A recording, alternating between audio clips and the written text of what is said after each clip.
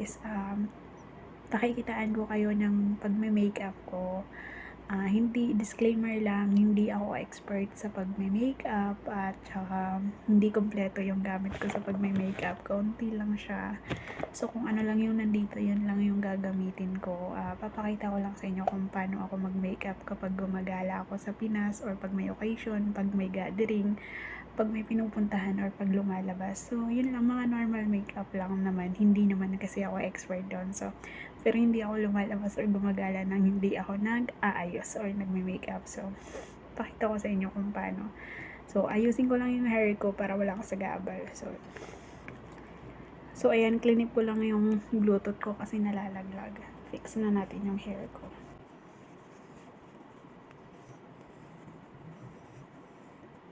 So, ayan. Basic lang to guys. So, nag-skincare na ako pala guys. Naumpisan ko na kanina kasi naligo ako. After ko maligo, nag-skincare na ako. So, sisimulan na natin. So, ito pala yung foundation ko. Simulan natin sa foundation since tapos na ako mag-skincare. So, ito yung foundation na ginagamit ko for the meantime. Maya BB Cream Blemish Balm with aloe vera. With aloe vera extract siya. So, let's go. Guys, pagpasensyahan nyo na kasi ano lang to. Eme lang. Wala akong magawang video. So, let's go. Yung aking pang foundation din dito ay mukhang sinaunang panahon pa. Char. So, okay.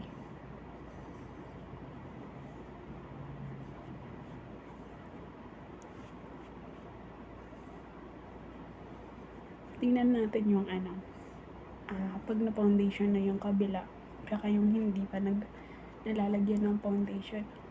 Guys, alam nyo maganda to kasi kahit pinagpapawisan ka, hindi siya naghuhulas.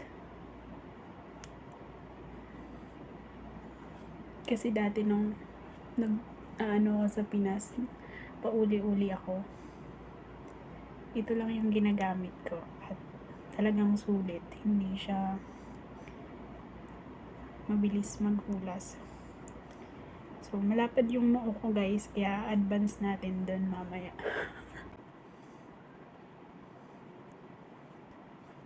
So, look guys, may difference ba?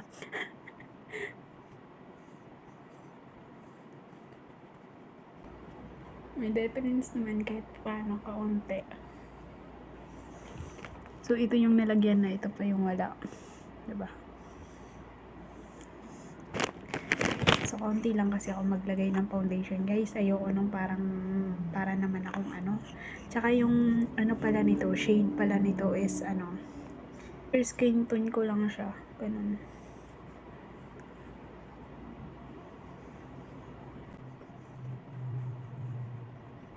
Mabilis lang to guys kasi mabilis lang ako mag-makeup. Hindi ako sa kilay lang ako nagtatagal. Pag nagkilay ako, sa kilay lang ako nagtatagal.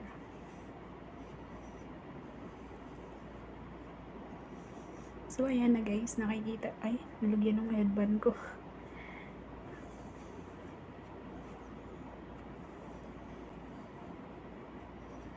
So, ganyan lang ako mag-blend. Parang inaapura. So, ayan na siya guys. O, diba? Hindi siya skin tone ko lang din siya. Hindi siya nalalayo sa skin tone ko.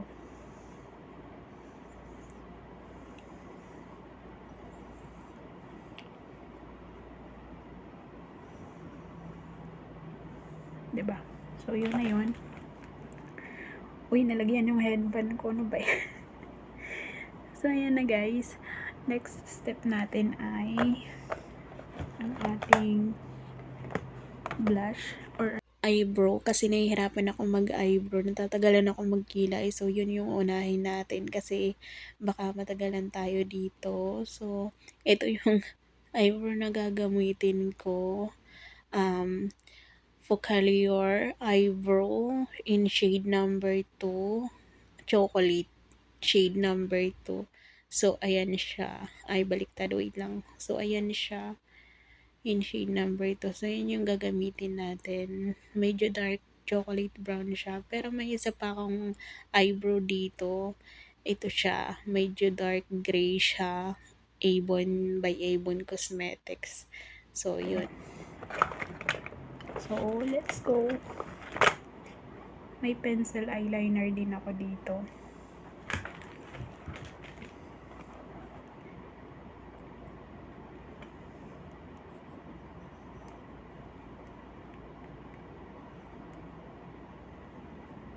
So, ito lang yung gamit ko, guys. Wala talaga akong pang makeup na ano kasi iniwan ko sa Pinas yung mga gamit ko sa pag-makeup kasi alam kong hindi ko masyadong magagamit dito.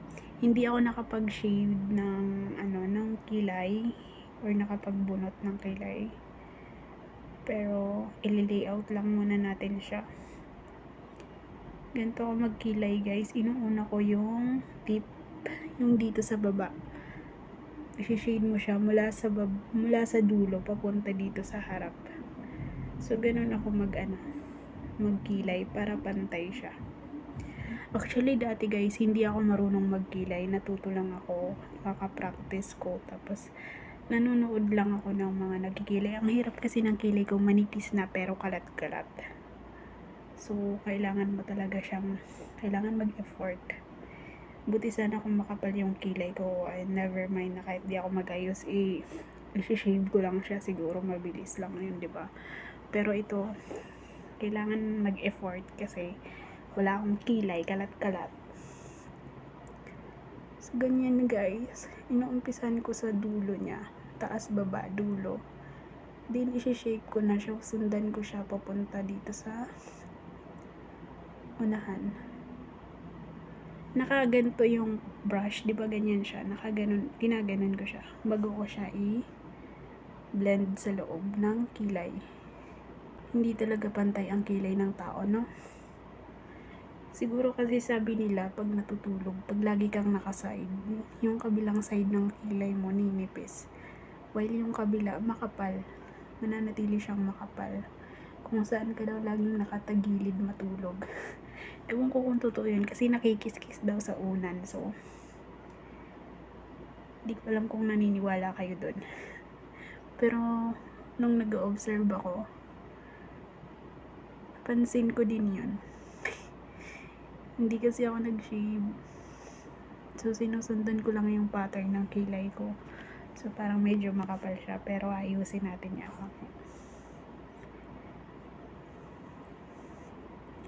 So, saka ko na siya pinupuli sa pulley brush.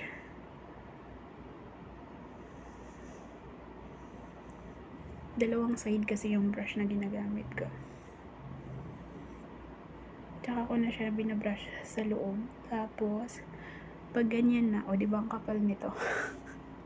Hindi talaga siya pantay, guys. So, saka ko siya aayusin ngayon. Wait lang. Gamit tong cotton bands, i-layout natin siya. Babawasan natin yung taas para magpantay siya at baba.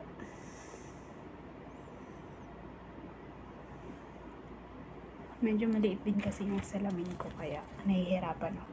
So, napakapal din siya. Babawasan natin yan.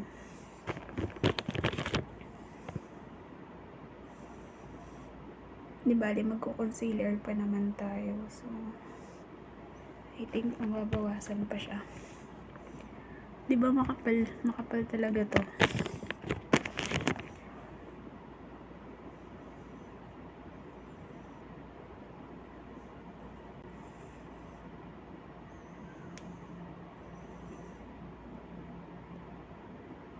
Pero dati, nung bago pa lang ako nag-aaral magkilay, gumagamit ako ng mga yung pinang-mark nila.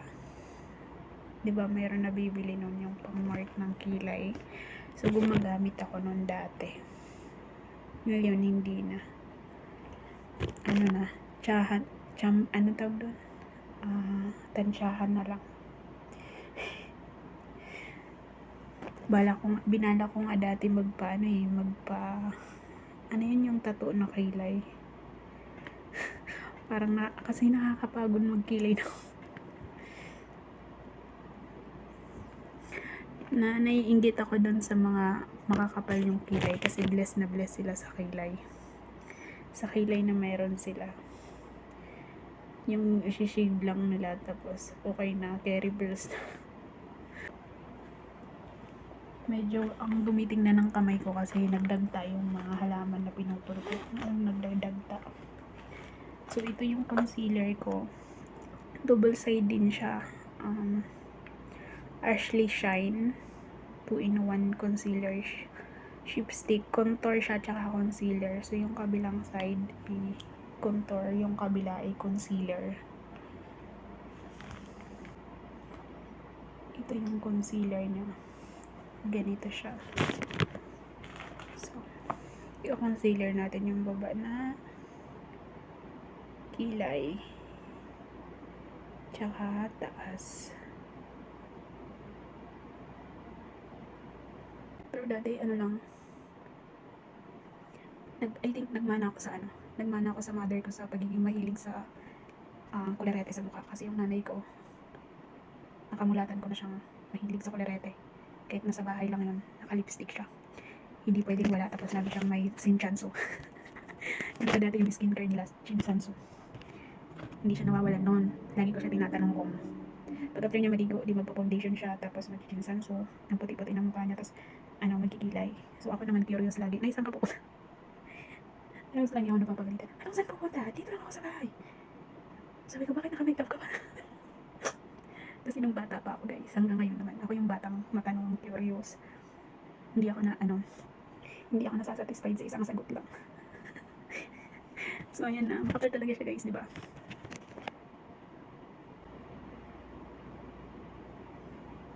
O di ba parang mas flawless siya pag nilalagyan ng concealer. Flawless. Anong pina-flawless ng mukhang yan lang niya? Parang mababash ata ako dito. So ayan na siya guys. Medyo okay naman na, di ba? Pero makapal talaga to. Try pa natin, ayan i-lessen. So taas yung binabawasan ko, hindi yung baba kasi parang yung taas, parang dito siya mataas. Ito naman parang pa-flat lang siya.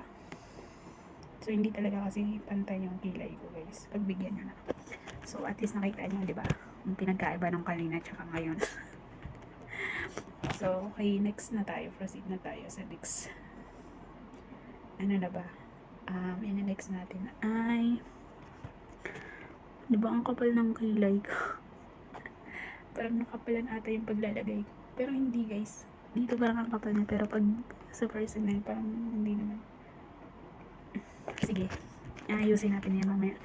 And then next ay eyeshadow. So meron ako ditong din siya. Ang kabrand ng foundation ko na eyeshadow. Milia din siya. Milia O3. Mia O3. Raglag. Wait lang. So, ayan, may different kind of eyeshadow ko dito. Meron Avon Cosmetic. Meron akong Avon dito na eyeshadow. Meron Mia. So, pipili tayo alin dito yung gagamitin natin. Ito kasi, ito yung kanyang yan, yung kanyang shade. Ito namang isa. Ito yung kanyang shade. Wait lang, 4 lang ata yung shade nito. Ay, 2 lang. Ayan siya. So, pipili tayo. Pero ito siya pwede nito eyeshadow. Gagamitin natin yun.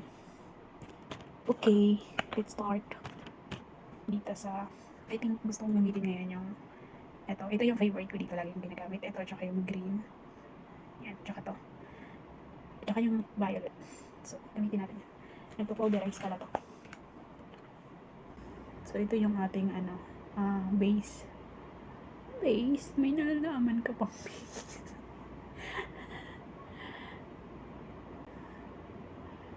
May nalalaman ka pang base. So, ang hirap kasi sa akin guys. May ganito ako nalubog siya pag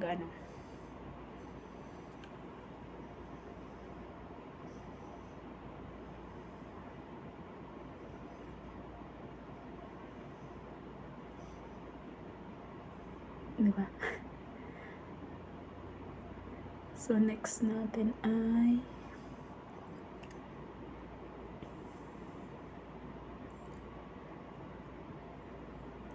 Ang next natin ay itong purple. Ay, violet ba? Sige, violet. Try natin kung anong kalalabasan nito. Experiment lang to, guys. Sa bandang dulo ko lang siya ilalagay. Para mas lighten siya kasi maglalagay tayo ng eyeliner mamaya. So, ayan.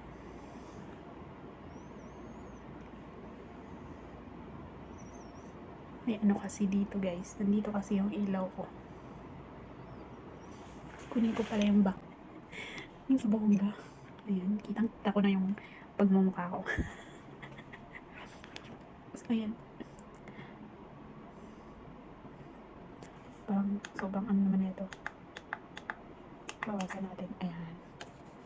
Masyado tayong liwanagan. So, ayan na siya. And then next, nalagyan din natin sa baba. Sa dulo lang. And then next natin yung parang ito. Sa may ano naman to. Dito. Sa part na to.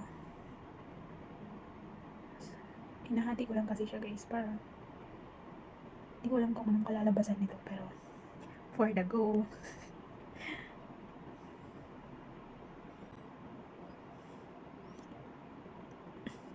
Eyeshadow yarn. O, diba? So, yun na yun. Tapos, papatungan natin sa bandang taas. Kasi malalim yung talukap ko. Ayan.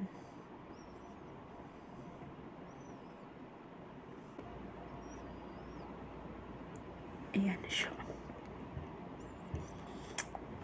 Okay, next is blush on. Mag-blush on na tayo.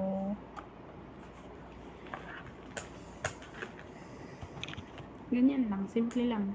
Mamaya yung eyeliner, mag-blush on muna tayo. So, ang ating blush on for today's video ay parang naglalaro lang ako dito.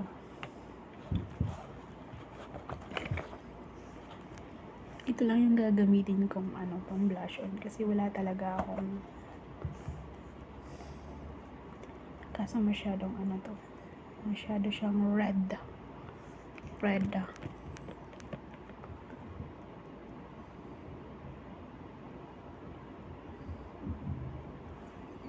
So, ayan siya. Try natin. Sino kayo siya?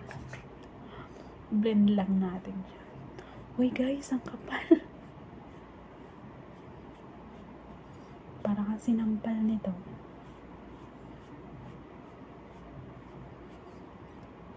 Oh. Taray. Parang akong sinapak dito Pantay ba? O mas mapula yung kabila? Pag nag-blush on, dapat dito. Pag sa taas. Para naman sinampal. Next ay lipstick. Mag-lipstick na tayo. So, ito naman yung gagamitin ko for lipstick. Bigay ito ng friend ko. Shade number 5. Hindi ko alam anong fault. Dark red siya. Meron kasi ako doon, pero ito na lang. May parang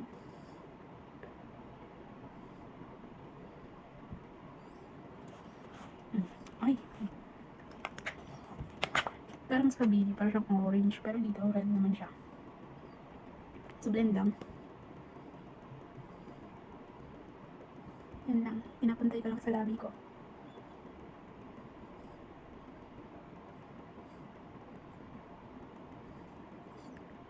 Pero papatungan natin yan. May papatong tayo dyan. Mag-mix tayo tiro. Why not? wala lang talaga akong magawa, guys. Bigyan nyo na. So, yun na yun. Ayun siya. Wala namang pinagbago, di ba?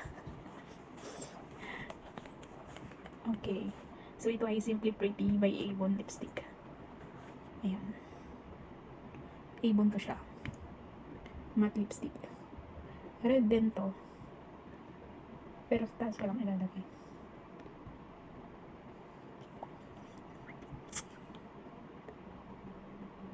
Okay na yan. Okay na yan. Masyadong red. Parang di bagay sa ano ko.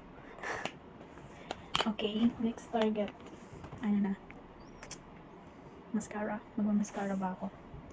Eyeliner. Where is my eyeliner? So, bago tayo mag-ano, ito muna. Lalagyan ko ng medyo brown yung...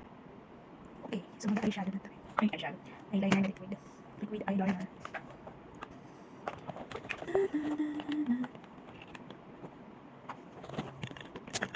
Ayan, dyan ko lang siya ilagay. Pero, diba?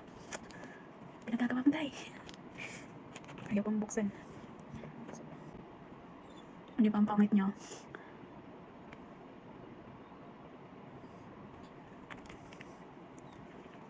Maganda sa akin pag ganun, kaso hindi ko siya magawa. Bakit kasi yung...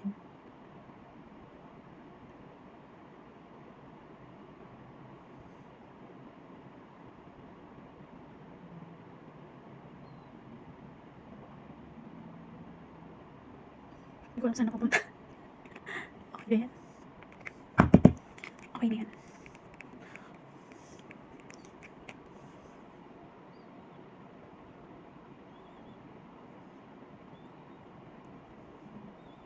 Hirap na hirap talaga ako mag-eyeliner. Hindi po ako laging pumapalpak. So, pero malit na ilaw.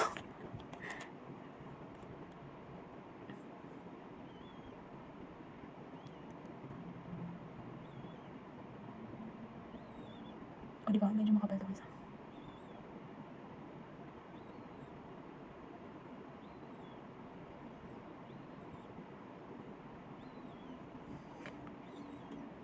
Makapal ito, diba?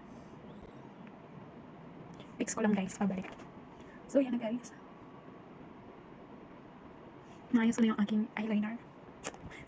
Next things is, ano pa ba? Fix ko na yung aking eyeshadow and parang gusto kong lagyan ng eyeliner ng black sa baba. Light lang kasi hindi maano yung eyelashes ko.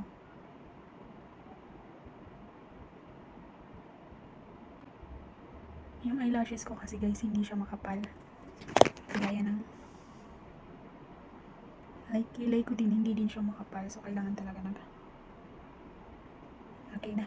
So, maglalagay tayo ng eyelashes, extension eyelashes, at saka contact lens. So, isa lang yung color ng contact lens ko, kaya iri na yun. May nagbago ba?